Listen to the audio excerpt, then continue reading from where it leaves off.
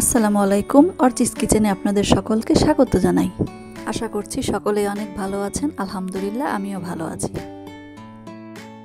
নতুন আরও একটি রেসিপি নিয়ে আজ আমি হাজির হয়েছি। আজ আমি তৈরি করব কাঁচা আমের টক ঝাল মিষ্টি চাটনি। এই কাঁচা আমের চাটনিটা আমাদের বাড়ি ছোট থেকে বড় সকলেরই খুব পছন্দের। প্রথমে আমি আমগুলো ছিলে নিচ্ছি। সবগুলো আম ছিলে ধুয়ে টুকরো করে কেটে নেব।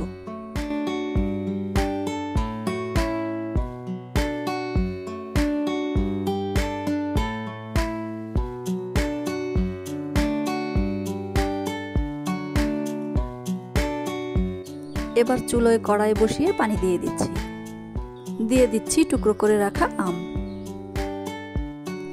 ঢাকনা দিয়ে ঢেকে আমগুলো সেদ্ধ করে নেব। আম সেদ্ধ হয়েছে কিনা তা একবার চেক করে নিচ্ছি। সেদ্ধ হয়ে গেছে, পানি ঝরিয়ে নিচ্ছি। কড়াইতে সরিষার তেল দিয়ে আস্ত শুকনো মরিচ আর 5 ফোড়ন দিয়ে দিলাম। এবার দিয়ে দিচ্ছি অল্প পরিমাণে আদা রসুন বাটা। একটু নেড়ে চেড়ে দিয়ে দিচ্ছি হলুদের গুঁড়ো, শুকনো মরিচের গুঁড়ো।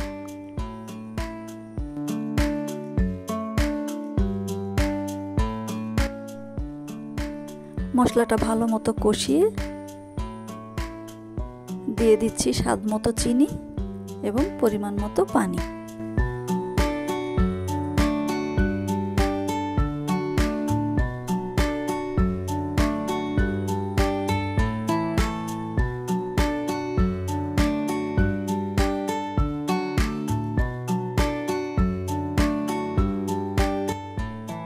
এবার দিয়ে দিচ্ছি আগে থেকে সেদ্ধ করে রাখা আম।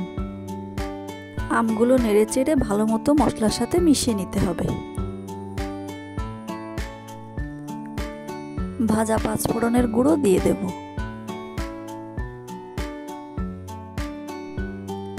আরও কিছুক্ষণ রান্না করে নেব।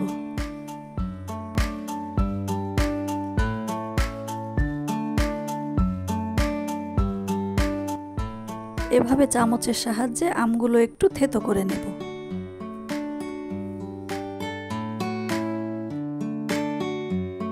এই তো তৈরি হয়ে গেল কাঁচা আমের টক ঝাল মিষ্টি চাটনি।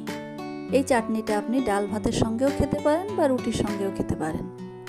আর আমার ছেলে মেয়ে তো এই চাটনিটা শুধুই চেটে চেটে খেয়ে নেয়। আপনারাও বাড়িতে একবার ট্রাই করতে পারেন, আশা করছি ভালো লাগবে। আমার এই রেসিপিটা যদি আপনাদের ভালো লাগে প্লিজ আমার চ্যানেলটিকে সাবস্ক্রাইব করবেন। সবাই অনেক ভালো থাকবেন। আল্লাহ হাফেজ।